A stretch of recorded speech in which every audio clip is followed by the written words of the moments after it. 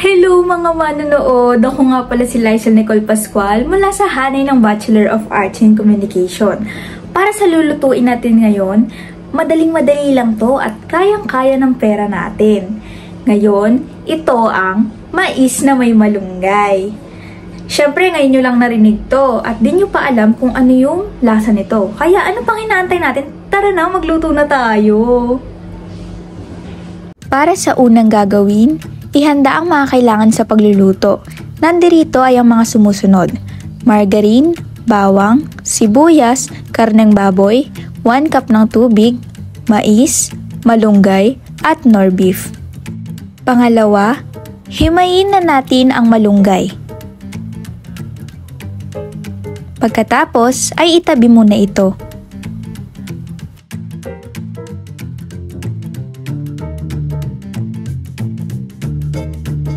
Hiwain naman natin ang mga bawang at siguraduhing maliit ang hiwa nito. Pagkatapos ay itabi rin muna ito.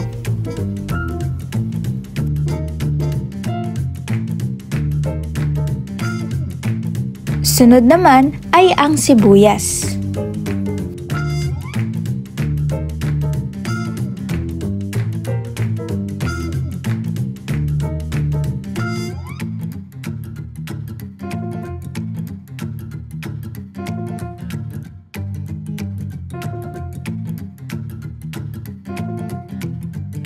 Pagkatapos ay itabi rin naman muna ito.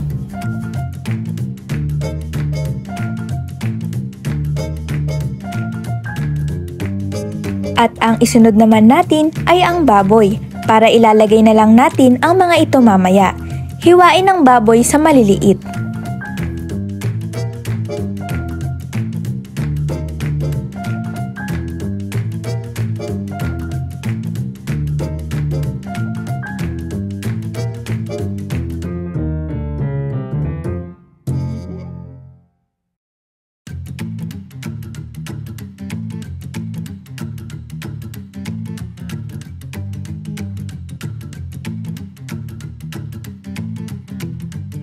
Pagkatapos, buksan na natin ang kalan.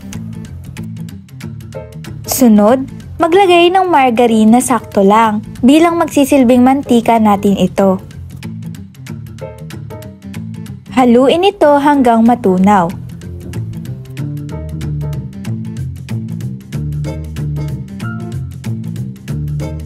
Kapag natunaw na, ilagay ang bawang at haluin ito.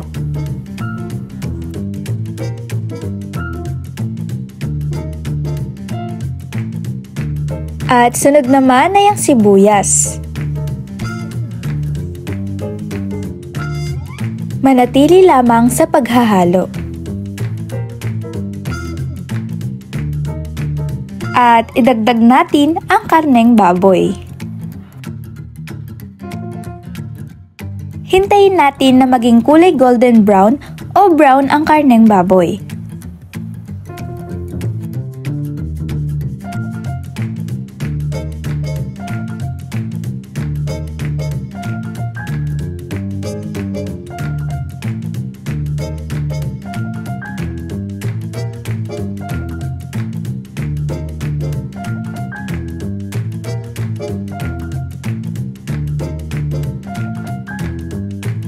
Kapag nakuha na ang kulay na ito, ilagay na natin ang mais.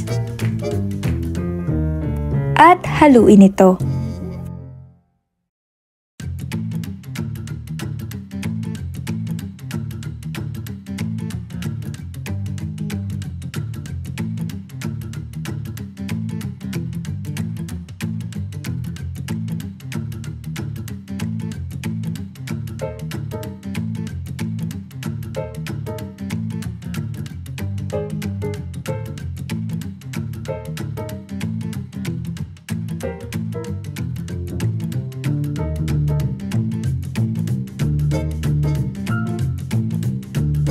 Matapos maghalo, maglagay ng 1 cup ng tubig.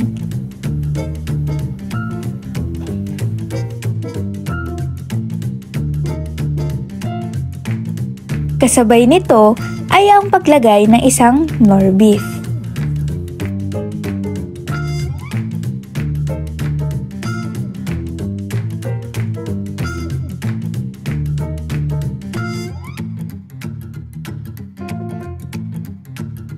Ipailalim ito upang matunaw at magbigay ng lasa sa niluluto natin.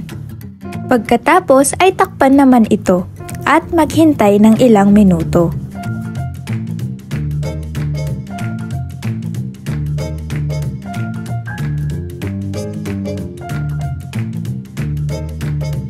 Nang kumulo na, pwede na natin ilagay ang malunggay. At haluin ito.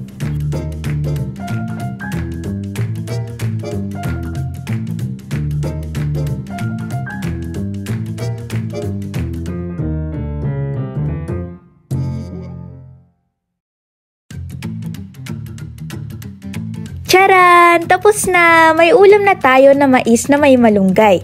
Tikman na natin!